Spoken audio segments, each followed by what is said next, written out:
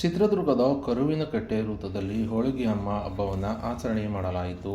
ಇನ್ನು ಚಿತ್ರದುರ್ಗದ ಕೋಟೆ ರಸ್ತೆಯ ಕರುವಿನಕಟ್ಟೆ ವೃತ್ತದ ಏಕನಾಥೇಶ್ವರಿ ಅಮ್ಮನ ದೇವಸ್ಥಾನದ ಬಳಿ ಐತಿಹಾಸಿಕ ಹೋಳಿಗೆ ಅಮ್ಮ ಹಬ್ಬವನ್ನು ಆಚರಣೆ ಮಾಡಲಾಯಿತು. ಇನ್ನು ಪುರಾತನ ಕಾಲದಿಂದಲೂ ಸಹ ಹೋಳಿಗೆ ಹಬ್ಬವನ್ನು ಆಚರಣೆ ಮಾಡುತ್ತಾ ಬಂದಿದ್ದಾರೆ. ಇನ್ನು ಉತ್ತಮ ಮಳೆ ಬೆಳೆಗಾಗಿ ಚಿಕ್ಕ ಮಕ್ಕಳಿಗೆ ರೋಗ ರುಜಿನಗಳು ಬಾರದೇ ಇರಲಿ ಎಂಬ ಉದ್ದೇಶದಿಂದ ಈ ಒಂದು ವಿಶೇಷ ಆಚರಣೆಯನ್ನು ಹಿಂದಿನಿಂದಲೂ ಮಾಡಿಕೊಂಡು ಬರಲಾಗಿದೆ. ಇನ್ನು ಚಿತ್ರದುರ್ಗ ಹೇಳಿ ಕೇಳಿ ಬುಡಕಟ್ಟು ಆಚರಣೆಗಳ ತವರೂರು. ವಿಶೇಷ ಹಬ್ಬ ಹರಿದಿನಗಳನ್ನು ಚಿತ್ರದುರ್ಗದಲ್ಲಿ ಹಿಂದಿನಿಂದಲೂ ಸಹ ವಿಶೇಷವಾಗಿ ಆಚರಣೆ ಮಾಡಿಕೊಂಡು ಬರಲಾಗಿದೆ. ಅದರಂತೆ ಹೋಳಿಗೆ ಅಮ್ಮ ಹಬ್ಬವೂ ಸಹ ಒಂದಾಗಿದೆ.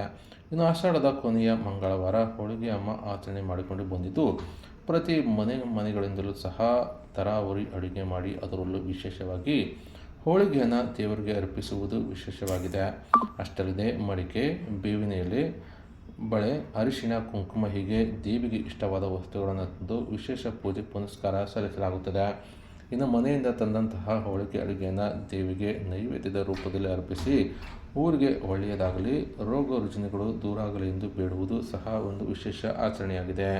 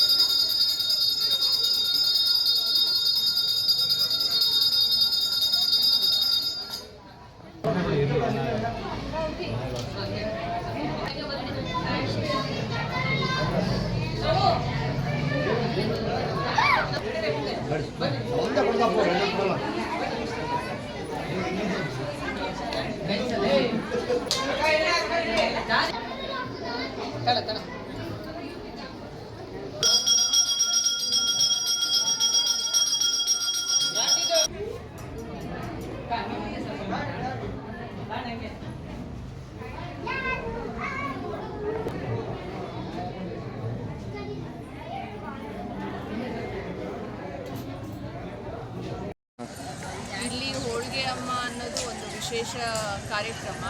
ಇದರಲ್ಲಿ ಏನಂದರೆ ಚಿಕ್ಕ ಮಕ್ಕಳು ಮನೆಗೆ ಇದನ್ನು ಮಾಡಿದ್ರೆ ಒಳ್ಳೆಯದಾಗತ್ತೆ ಅಂತ ಪ್ರತಿಯೊಬ್ಬರು ಮನೆಯಲ್ಲೂ ಮಾಡ್ತಾರೆ.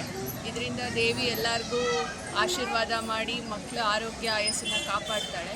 ಇದು ಒಂದು ವಿಶೇಷವಾದ ದಿನ ಈ ಚಿತ್ರದುರ್ಗದಲ್ಲಿ. ಇದ್ದಾಗಿಂದನೂ ಇದನ್ನು ನೋಡ್ಕೊತಾ ಬಂದಿದ್ದೀನಿ.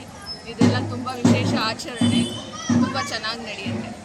ಆಮೇಲೆ ಮಕ್ಕಳಿಗೆ ಕಾಯಿಲೆ ಕಸಾಲೆ ಏನಾದರೂ ಇದ್ದರೆ ದೇವರು ಅದನ್ನು ಕಾಪಾಡ್ತಾರೆ. ಮತ್ತು ರೈತರಿಗೆ ಮಳೆ ಬೆಳೆ ಎಲ್ಲ ಕೊಟ್ಟು ಚೆನ್ನಾಗಿ ಕಾಪಾಡ್ಕೊಂಡು ಹೋಗ್ತಾಳೆ ತಾಯಿ. ನಿಮ್ಮ ಹೆಸರು? ನನ್ನ ಹೆಸರು ಸ್ಫೂರ್ತಿ ಅಂತ.